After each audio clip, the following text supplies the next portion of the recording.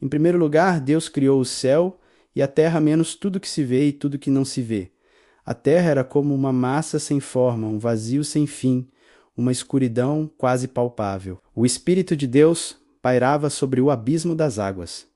Deus disse: luz, e a luz apareceu. Deus viu que a luz era boa e separou a luz da escuridão, e chamou a luz dia. E a escuridão chamou noite. Foi-se a tarde, foi-se a manhã. Primeiro dia, Deus disse: firmamento, haja separação entre as águas, no meio das águas. Deus fez o firmamento, separou as águas que estavam abaixo do firmamento das que estavam acima dele, e assim se fez. E deu ao firmamento o nome céu. Foi-se a tarde, foi-se a manhã, segundo dia. Deus disse: separem-se, águas debaixo do céu, juntem-se num só lugar. Apareça o continente, e assim se fez. E ao continente Deus chamou terra, e chamou o oceano as águas que haviam se juntado. Deus viu que tudo aquilo era bom. Deus disse: terra cubra-se de vegetação, produza todo tipo de planta com semente, todo tipo de árvore frutífera. E assim se fez. A terra produziu plantas que continham semente de todo tipo, e árvores frutíferas de todas as variedades. Deus viu que tudo aquilo era bom. Foi-se a tarde, foi-se a manhã, terceiro dia. E Deus disse: astros, apareçam, brilhem no firmamento do céu, separem o dia da noite, distingam as estações, os dias e os anos. Astros no firmamento do céu para iluminar a terra. E assim se fez. Deus fez 2 grandes astros, o maior para tomar conta do dia e o menor para tomar conta da noite. E fez as estrelas. Deus as distribuiu pelo firmamento celeste para iluminar a terra, para reger o dia e a noite e para separar a luz da escuridão. Deus viu que tudo aquilo era bom. Foi-se a tarde, foi-se a manhã, quarto dia. Deus disse: oceano enche-se de peixes e de toda espécie de vida marinha. Pássaros voem pelo firmamento acima da terra. Deus criou as enormes baleias, todos os seres vivos que fervilham em grande quantidade nas águas, e todas as espécies de pássaros. Deus viu que tudo aquilo era bom, e, então, os abençoou. Cresçam, reproduzam-se, encham os oceanos. Pássaros, reproduzam-se na terra. Foi-se a tarde, foi-se a manhã, quinto dia. Deus disse: terra, produza vida, de todo tipo, gado, répteis, animais selvagens, de toda espécie. E assim se fez. Animais selvagens de toda espécie, gado de toda espécie, todo tipo de répteis e insetos. Deus viu que tudo aquilo era bom. Deus disse: façamos os seres humanos à nossa imagem, de forma que reflitam a nossa natureza, para que sejam responsáveis pelos peixes, no mar, pelos pássaros no ar, pelo gado, e, claro, por toda a terra, por todo animal que se move na terra.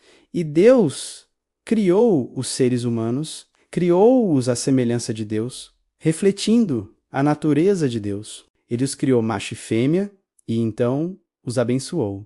Cresçam, reproduzam-se, encham a terra, assumam o comando, sejam responsáveis pelos peixes no mar e pelos pássaros no ar, por todo ser vivo que se move sobre a terra. Depois Deus disse: dei a vocês todo tipo de planta com semente sobre a terra e todo tipo de árvore frutífera, para que se alimentem deles. Para todos os animais e pássaros, tudo que se move sobre a terra e respira, dou tudo que cresce na terra por alimento. E assim se fez.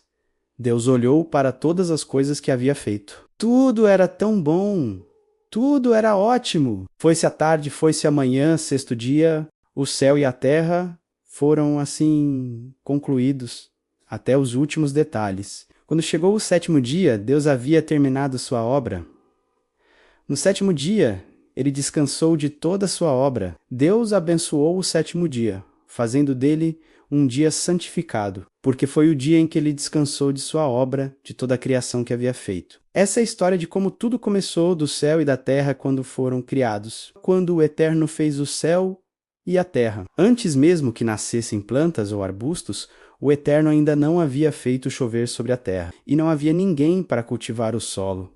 Toda a terra era irrigada por fontes subterrâneas. Então o Eterno formou o homem a partir do pó da terra e soprou em suas narinas o fôlego da vida. E o homem passou a ter vida, tornou-se um ser vivo. Então o Eterno plantou um jardim no Éden, no lado leste, e ali pôs o homem que havia acabado de criar.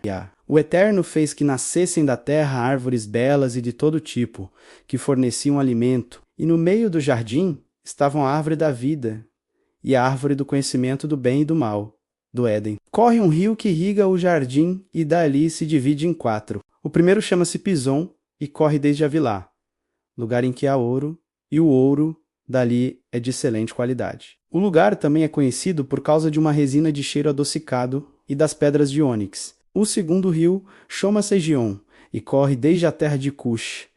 O terceiro chama-se Tigre e corre pelo leste da Assíria. O quarto rio é o Eufrates. O Eterno levou o homem para o jardim do Éden, para que cultivasse o solo e mantivesse tudo em ordem. E o Eterno ordenou ao homem: você tem permissão para comer de qualquer árvore do jardim, menos da árvore do conhecimento do bem e do mal, dessa não poderá comer. No mesmo momento em que comer dessa árvore, você morrerá. E o Eterno disse: não é bom que o homem fique sozinho. Farei alguém que o ajude e faça companhia a ele. Então o Eterno formou do pó da terra todos os animais do campo e todos os pássaros do céu, e lavou-os ao homem para ver que nome ele daria a cada um. Eles seriam chamados pelo nome escolhido pelo homem, qualquer que fosse. E o homem deu nome ao gado, aos pássaros do céu e aos animais selvagens. Mas não encontrou nenhum ser vivo que pudesse ser sua companheira. O Eterno fez que o homem caísse num sono profundo. Enquanto ele dormia, tirou uma das costelas dele e preencheu o lugar com carne. O Eterno usou a costela que havia retirado do homem para formar a mulher, então apresentou ao homem, e o homem disse, até que enfim: osso dos meus ossos, carne da minha carne, seu nome será mulher, pois foi feita do homem. Portanto, o homem deve deixar pai e mãe e unir-se à sua esposa, e os dois se tornarão uma carne. O homem e a mulher estavam nus, mas não sentiam vergonha.